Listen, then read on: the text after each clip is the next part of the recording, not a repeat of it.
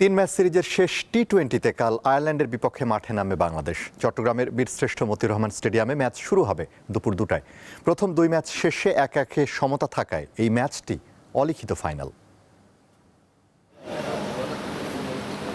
আয়ারল্যান্ডের বিপক্ষে বাংলাদেশের টি-20 সিরিজ এখন 1-1 ব্যবধানে সমতায়। তাই সিরিজ নির্ধারণী ম্যাচে মুখোমুখি হবে দুই দল। আর ফেব্রুয়ারিতে টি-20 বিশ্বকাপের আগে এটাই বাংলাদেশের শেষ ম্যাচ। এমন ম্যাচে বেশি নানা হিসাব নিকাশের জটিলতায় যেতে চায় না বাংলাদেশ। সিরিজ জিতে শেষটা ভালো করতে চায় টাইগাররা। ম্যাচের আগে সংবাদ সম্মেলনে দলের এমন ভাবনার কথা জানান বোলিং কোচ শন টেইট। বিশ্বকাপের জন্য নিজেদের টিম কন্ডিশন তৈরি, বিকল্প খেলোয়াড়দের পরোক্ষ করে দেখার শেষ সুযোগ ছিল এই সিরিজ। এমন ভাবনা থেকেই শামীম হোসেনকে বাদ দিয়ে প্রথম টি-20 দলে নেওয়া হয় মাহিদুল ইসলামকে। তবে কোনো ম্যাচেই একাদশে সুযোগ পাননি তিনি। আর শেষ ম্যাচে দলে শামীমকে যুক্ত করা হয়েছে, স্কোয়াডে রাখা হয়েছে মাহিদুলকেও। বাংলাদেশের ক্রিকেটারদের পরের ব্যস্ততা বিপিএলকে ঘিরে। ডিসেম্বরের শেষ সপ্তাহে শুরু হতে যাওয়া এই টুর্নামেন্ট শেষ হবে টি-20 বিশ্বকাপের সপ্তাহ দুয়েক আগে। বিপিএল ও প্রস্তুতি ম্যাচ মিলিয়ে বিশ্বকাপের আগে প্রয়োজনীয় প্রস্তুতি হয়ে যাবে বলে মনে করেন টেইট। আমি চোটের শঙ্কা নিয়ে ভীত নই, এটা আমার নিয়ন্ত্রণে নেই।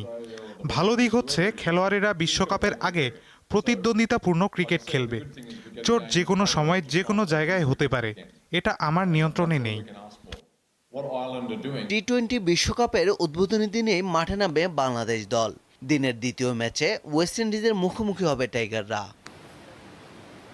পারভেজ খোকন, দীপ্ত স্পোর্টস। 12 বছর পর হলো বিপিএল এর নিলাম, আর এতে সবাইকে ছাপিয়ে 1,10,00,000 টাকায় নাইম শেখকে কিনে নিয়েছে চট্টগ্রাম রয়্যালস। লিটন দাসকে 70 লাখ টাকায় কিনেছে রংপুর রাইডার্স। দল পেয়েছেন প্রথমবারের ডাকে অবিকৃত থাকা মাহমুদুল্লাহ ও মুশফিকুর রহিম। 50 লাখ টাকা ফর নাইম শেখ। জাতীয় দলে অতটা নজর কাটতে না পারলেও 50 লাখ ভিত্তি মূল্যের নাইমকে নিয়ে আগ্রহ প্রকাশ করেছে বেশ কয়েকটি ফ্র্যাঞ্চাইজি। শেষ পর্যন্ত জিতেছে চট্টগ্রাম রয়্যালস। 1,10,00,000 টাকায় তারা দলে নিয়েছে তাকে, যা এবারের আসরের সর্বোচ্চ।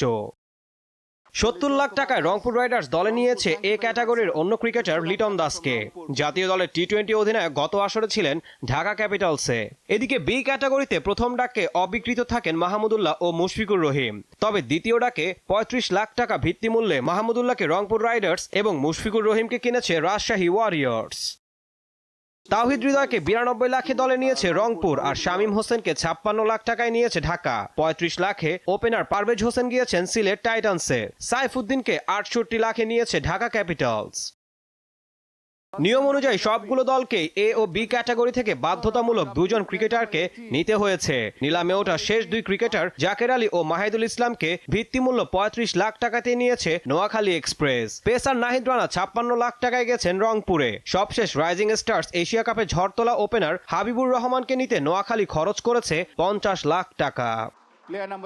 গত আসরে ঢাকা ক্যাপিটালসে খেলেছিলেন সাব্বির রহমান, তাকে 28 লাখ টাকায় ধরে রেখেছে ফ্র্যাঞ্চাইজিটি। একই সাথে ভিত্তিমূল্য 18 লাখ টাকায় তারা নাসির হোসেনকেও দলে ভিড়িয়েছে। এদিকে 12তম আসরের খেলোয়াড় নিলামের তালিকা থেকে 9 ক্রিকেটারকে বাদ দেওয়ার সিদ্ধান্তের বিরুদ্ধে 3টি রিট আবেদন করা হলেও সেই আবেদনগুলো সরাসরি খারিজ করে দিয়েছে হাইকোর্ট। ঈশান হাসান, দীপ্ত স্পোর্টস। হকি জুনিয়র বিশ্বকাপ হকিতে বাংলাদেশের অনূর্ধ্ব 21 দল দ্বিতীয় ম্যাচে দক্ষিণ কোরিয়ার সঙ্গে 3-3 গোলে ড্র করেছে। ভারতের তামিলনাড়ুতে 3 গোলে পিছিয়ে পড়া বাংলাদেশ আমিরুলের দুর্দান্ত নৈপুণ্যে ড্র নিয়ে মাঠ ছাড়ে শক্তিশালী কোরিয়ার বিপক্ষে। ডিফেন্ডার আমিরুল ইসলাম আগের ম্যাচে অস্ট্রেলিয়ার বিপক্ষে হ্যাটট্রিক করার পর এ ম্যাচেও হ্যাটট্রিক করেছেন। আর পুল পর্বে নিজেদের তৃতীয় ম্যাচে মঙ্গলবার বাংলাদেশ মুখোমুখি হবে দুইবারের রানার্স আপ ফ্রান্সের।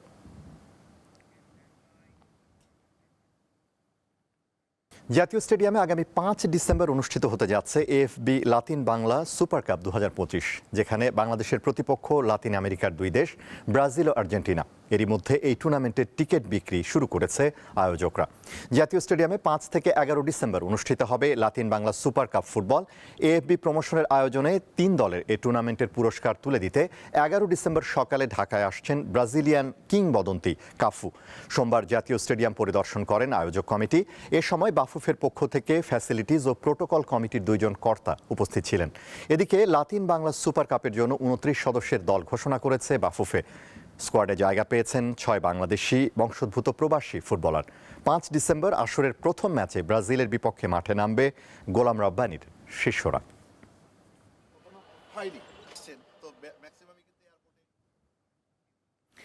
এফসি অনূর্ধ্ব 17 এশিয়ান কাপের কোয়ালিফায়ার্সের গ্রুপ পর্বের ম্যাচ শেষে দেশে ফিরেছে বাংলাদেশ দল।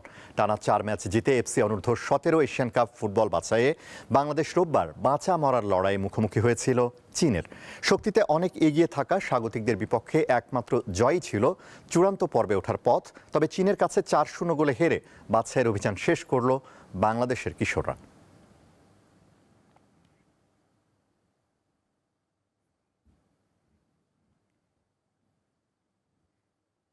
এই ছিল আজকের দীপ্ত স্পোর্টসে। দেশ বিদেশের খেলাধুলা নানা রকম খবর পেতে দীপ্ত স্পোর্টসের সাথেই থাকুন আর চোখ রাখুন দীপ্ত টিভির ডিজিটাল প্ল্যাটফর্মগুলোতে।